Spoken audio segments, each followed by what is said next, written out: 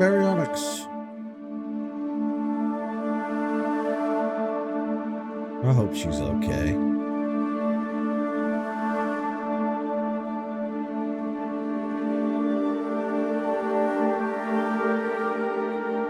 Her sisters seem okay.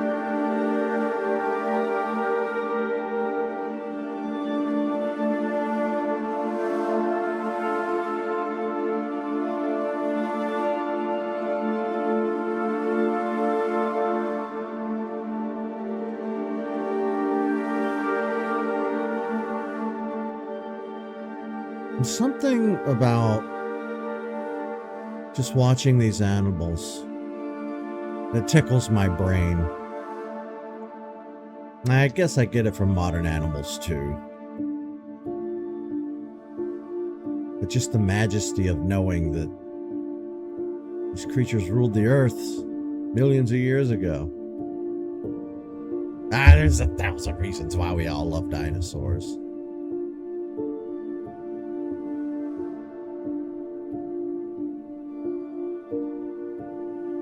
Just so cool.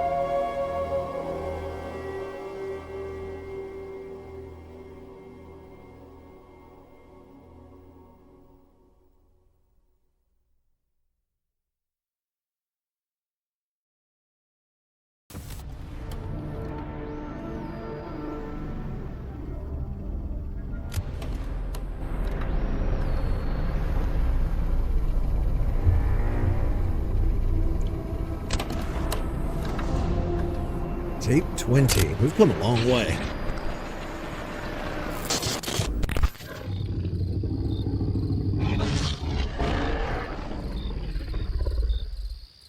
Rex just fed, but something's still bothering her. Could be the scent of the juvenile about. Could be. Could be raptors in her After enclosure. a large feed, such as a cow, she tends to be lethargic, similar to how a python or croc will settle to digest. Not this time. I think she's panting. Could it be indigestion? Maybe that cow went down wrong? Something's definitely bothering her. You all right, big girl? I don't like this. What's the matter?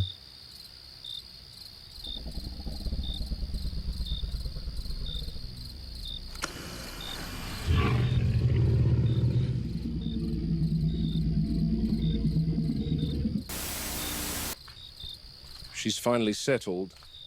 I'm going to leave her in here for the night, rather than have her become even more stressed and agitated if she joins the juvenile. She's in a semi-fetal position, which tells me she's in some sort of pain. I don't think it's gastrointestinal in nature. I expect Rex digestion is particularly strong, so I'm just watching for anything else. Perhaps the lethargy is finally taking effect after her meal.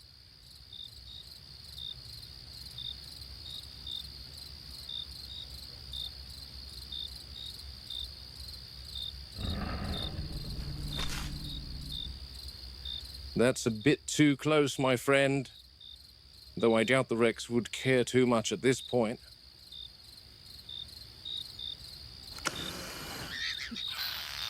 Completely oblivious.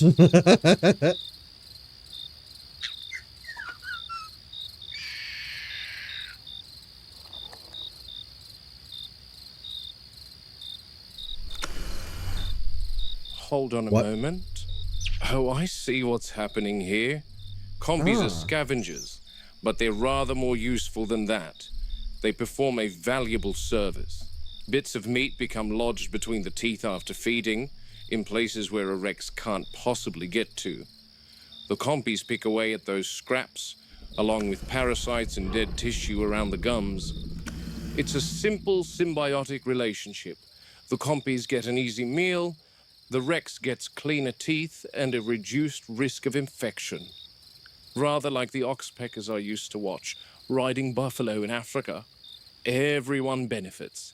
The Rex was bothered because she had something lodged in her gums, perhaps a bone fragment, and was causing her pain. Muldoon? Muldoon, it's Daisy.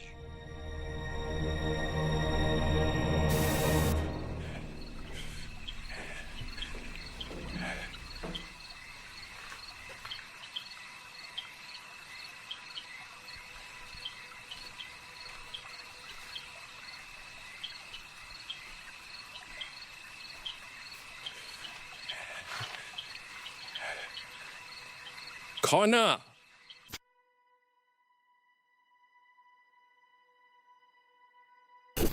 Connor! He stopped screaming a couple of minutes ago. On my word, lower the crate. Wait, was that a raptor back there? Screaming a couple of minutes ago. On my word, There's a raptor standing back there.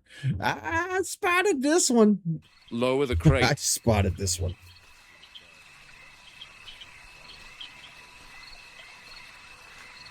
I spotted one.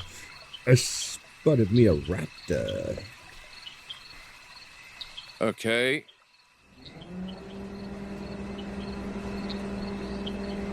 The fact that Muldoon never sees them. Of course, he's not looking for Now them. slowly turn it to the left.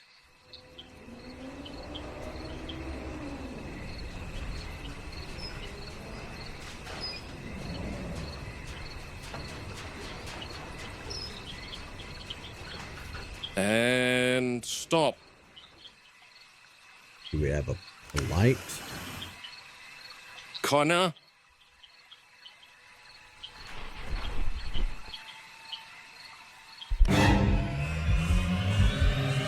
God.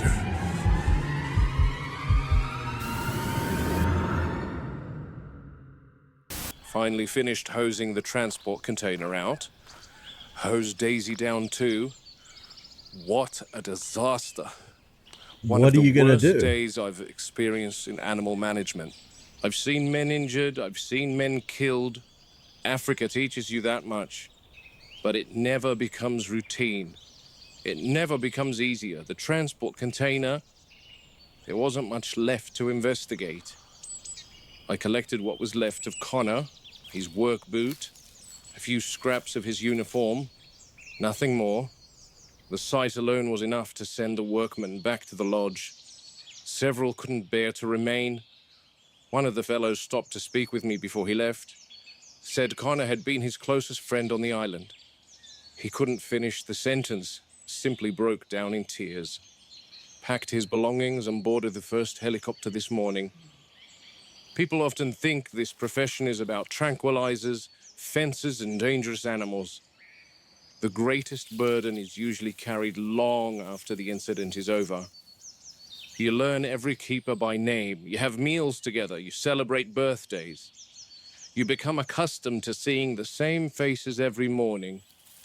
Then one day, one of those faces is gone, and you're expected to carry on as though nothing's happened. That's the part no one prepares you for. Working with dangerous animals demands more than physical courage. It asks something of your mind. Every loss stays with you. Every mistake replays itself. You begin wondering whether there was something you could have noticed, something you should have done differently. And that's a difficult thing to live with. And she's so bloated. There's a whole human in there. That's insane to me. And Daisy, Even after all these years, I find this difficult to look at. Baryonyx are piscivores through and through, but seeing one consume a man...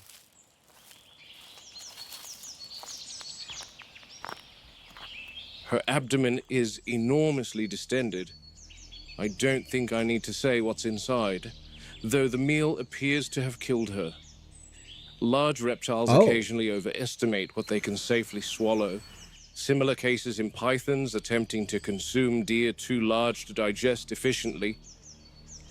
Crocodilians have likewise been found dead after taking prey beyond what their bodies could reasonably process. The digestive system simply reaches its limit. Combined with the stress of capture, transport, and her existing injuries, it's proven fatal. Which brings me to something else. Daisy arrived from Isla Sorna and immediately suffered a concussion. She was disoriented. For veterinary observation, we separated her from her 3 sisters. Looking back, I suspect several factors converged. Head trauma, isolation from family, unfamiliar environment, transport stress. None of these excuses what happened, but together they help explain behavior that was entirely out of character for the species.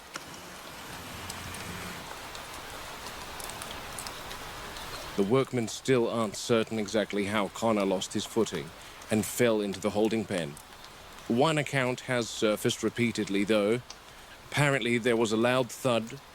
They looked up and saw Connor fall from the roof of the transport crate into the enclosure below. Whether he slipped, lost his footing, or something else occurred, I don't have enough information at this point in time. But one thing is abundantly clear. Our transport procedures require immediate review. If a man can find himself inside one of these animals, then somewhere in our system, we've left a gap. And dangerous animals have a habit of finding gaps before we do. That's true. I've been documenting something rather unusual over the past few weeks. Small stone formations. 20 or so sharp stones pressed upright into the soil in rough circles. Some within the raptor enclosure, some outside it. I've photographed every one I've found. So far, a total of 5. Measured them, outlined them, marked their locations on a photograph I took from our helicopter over that corner of the enclosure. My first thought was that they were primitive nests. Birds construct nests in countless different ways. Some scrape shallow depressions into the earth. Others carry nests. stones for drainage or support. Penguins steal pebbles from one another constantly during the breeding season. Even crocodilians clear and prepare nesting sites before laying eggs. And since these animals truly are descendants of ancient theropods, then perhaps some instinct has survived. Perhaps they were preparing nest sites, despite InGen's assurances that breeding is not possible. It seemed a reasonable explanation until I began watching more closely. Note that it's extremely difficult to see these so-called nests from surveillance cameras. I've had to rely on eyewitnessing the following findings. There are 3 raptors in this enclosure. I expected one individual to construct the nests, perhaps the big one, or perhaps whichever one happened to be approaching a breeding cycle. Instead, all 3 make them. Not together, not cooperatively. One begins a circle. Sometime later, another adds stones somewhere entirely different. There's no consistency. If this were reproductive behavior, I'd expect one female to claim a site and defend it. Instead, every animal appears equally interested. That was the first crack in my theory. The stone circles outside the enclosure are an even greater anomaly. Same size, same stones, same rough construction. Outside the fence. Well beyond where the raptors could possibly reach. That complicates things. Perhaps the raptors weren't inventing this behavior at all. Perhaps they were mimicking something they've seen. Monkeys are intelligent enough to manipulate objects and use tools. Certain birds arrange stones during courtship. Corvids in particular will investigate almost anything unusual.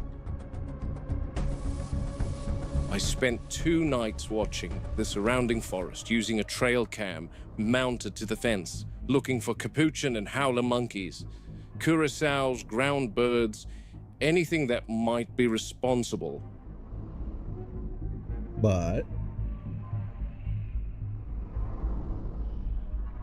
I don't think that for nesting, I think they might be territorial markings, or Nothing. maybe No they're testing. animal approached the circle. No animal built new one. If they could just be nesting. It could be nesting behavior. It could be they're marking territory. It could be a way of signaling to the raptors outside of the fence. It could be them marking where the cameras can't see. Could be that too.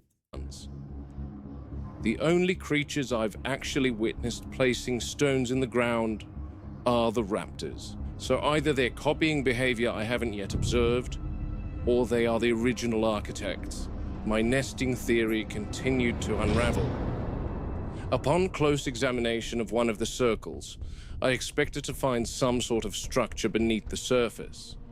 A shallow depression, organic lining, leaves, twigs, anything suggesting preparation for eggs.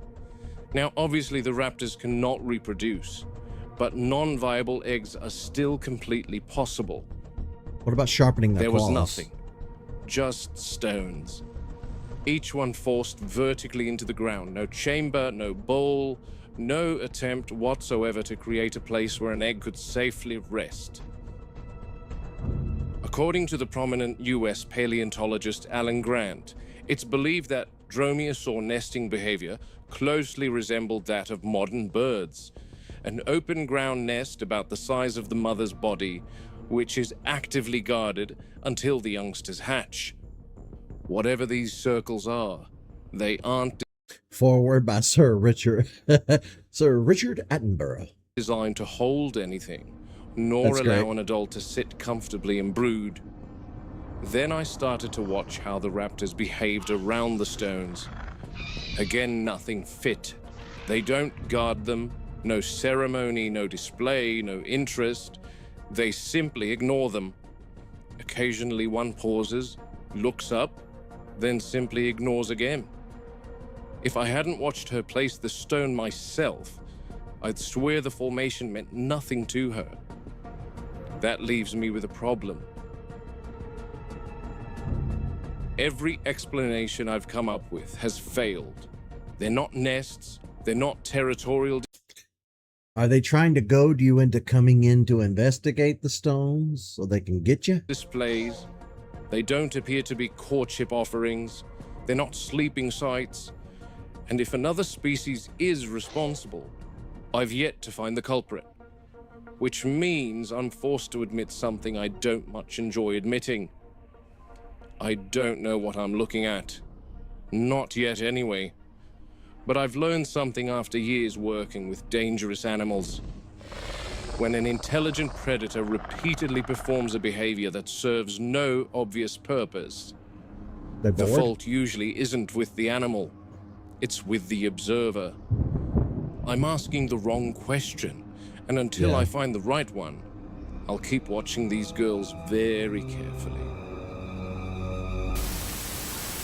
According to the reports from Site B, Violet and Rose are close because they came from the same batch, the second batch, and their bond is very evident here, which is great for the acclimatization process in a new environment.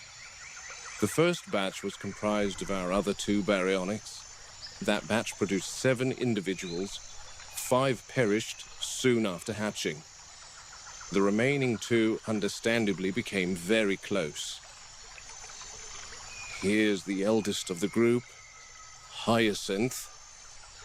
She's been in quite the depressed state since Daisy was separated from the group.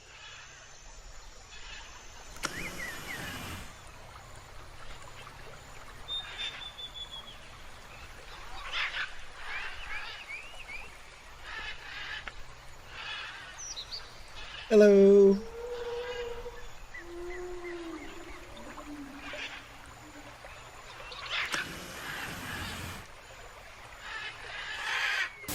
Hyacinth tends to segregate herself from the other pair.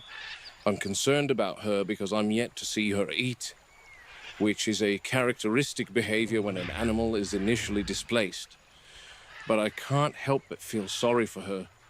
I feel sorry for most of the animals on this island.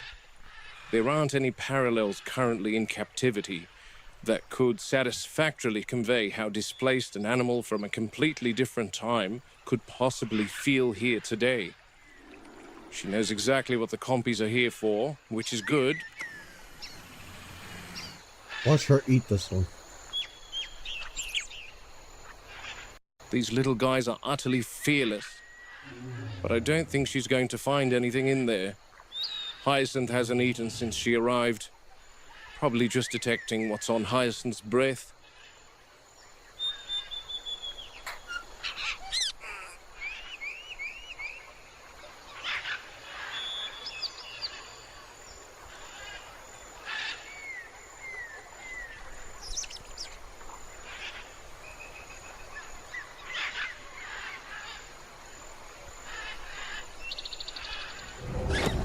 There it is. Oh, God. Well, there's her first meal.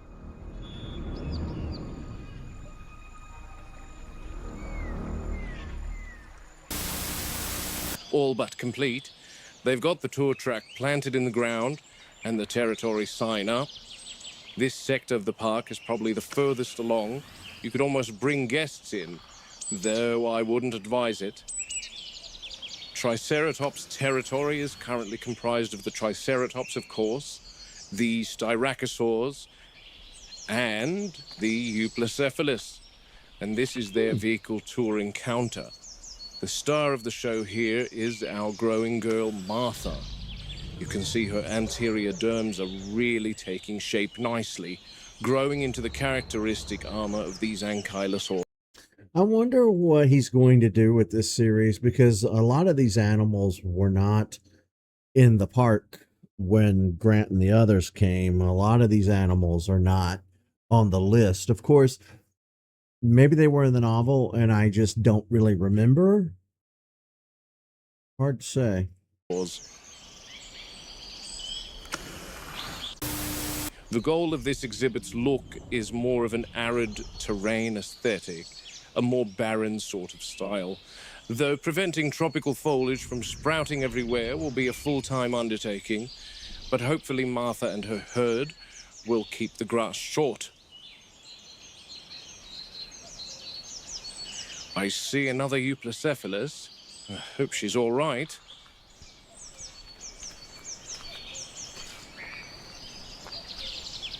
I think she's the one Jerry Harding told me to examine.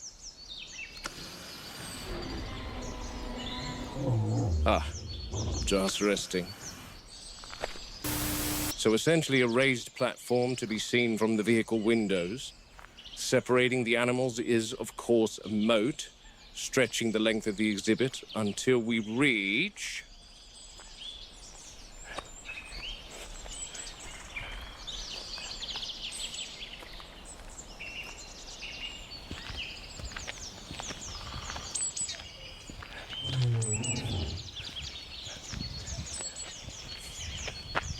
a drain. Hopefully no birds can get in that one. I was thinking it would be a water moat, but these critters are good behind a dry moat.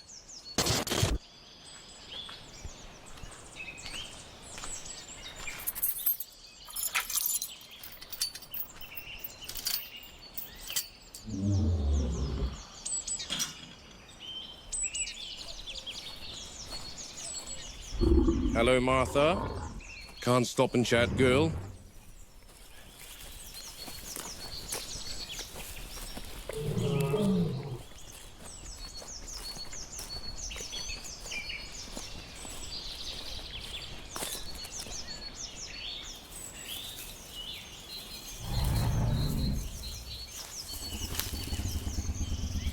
Yes, it's definitely this one. Jerry Harding has noticed some stunted development with this particular Euplacephalus.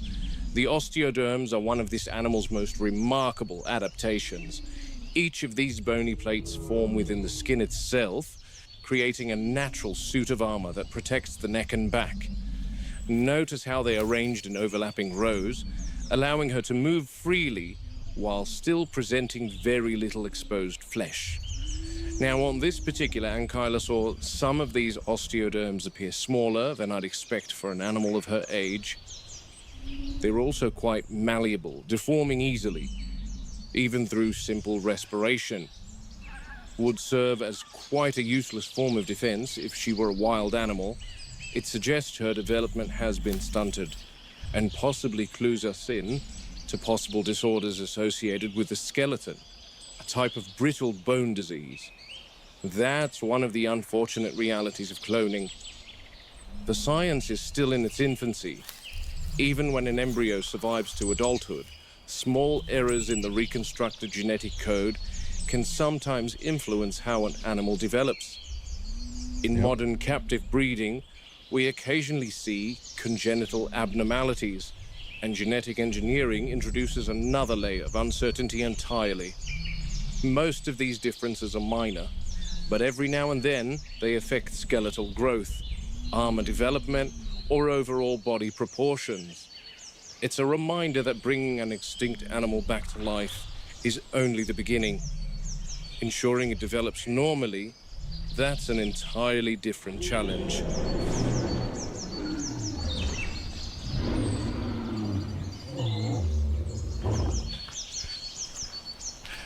You seem upset.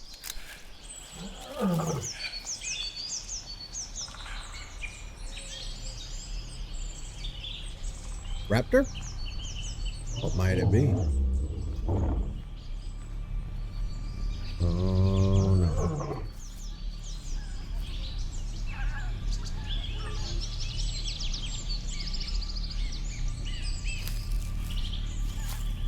Oh no.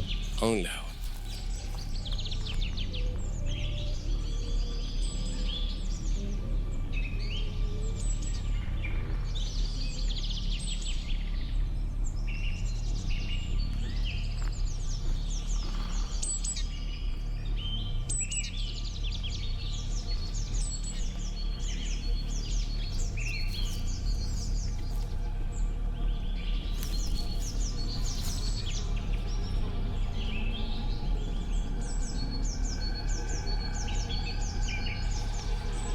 It's dead.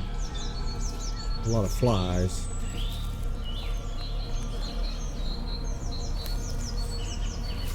Oh ho ho ho.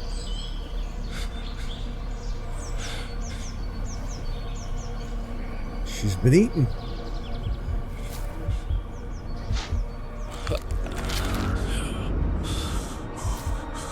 God. Oh my God.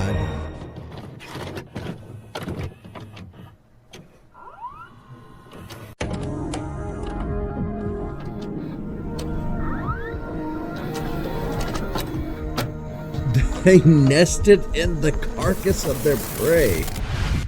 Wow.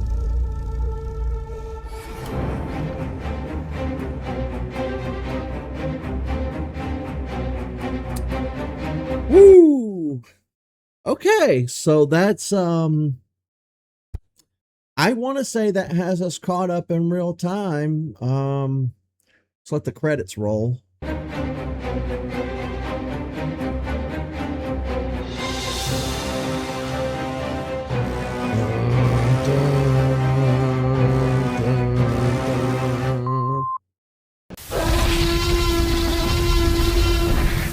Obviously, we need to address the elephant in the room, the passing of Sam Neill. It was sudden and unexpected. He had been diagnosed with cancer and he had gone through the chemo and everything, and he had beaten it.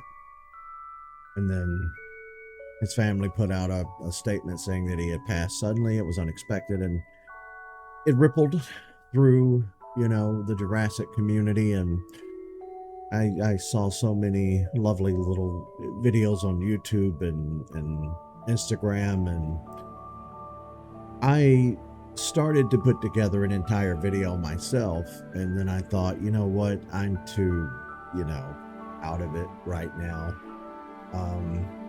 to do an entire video. When I was a kid, I didn't know directors, I didn't know actors, I didn't know any of that stuff. The best I could do was recognize a face across multiple movies, maybe. I didn't really keep up with that stuff. And to be honest, I really didn't keep up with it as an adult either. But I always knew the Jurassic Park casts and the actors. I know that Sam Neill is not exactly what the novelization version of Dr. Grant is, but he's so immortalized now as our ideal Grant that I can't imagine any other actor portraying that role, to be completely honest with you. And I don't know what'll happen going forward in the future, because we live in a world of reboots, remakes, sequels, sequel prequels.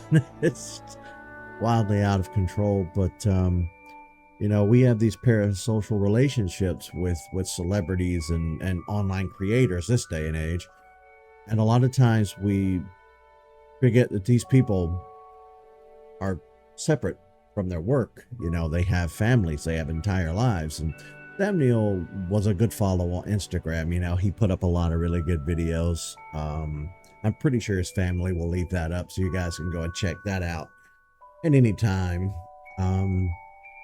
He's not, he wasn't a problematic actor. You never really saw him in the spotlight. Never really any scandals, nothing like that. He didn't get canceled on Twitter.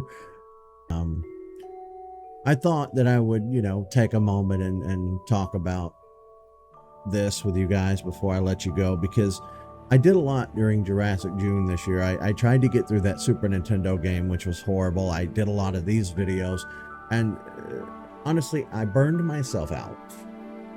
I've been dealing with depression really hardcore for the past few months, and I've powered through it the best that I can, but it happened at the worst time possible. You know what I mean? Instead of doing an entire video tribute, I figured I would just say a few words there at the end and just speak openly and not really write anything down. And Sam Neill was a great actor. Alan Grant was a great character, you know, bringing him forward, you know, pulling him out of the two original Michael Crichton works, and having him in Jurassic Park 3, having him in Dominion was great. I just wish Dominion had been better than what it was. It suffered on many levels. But yeah, it's one of those things, you know. It's, we're gonna miss him.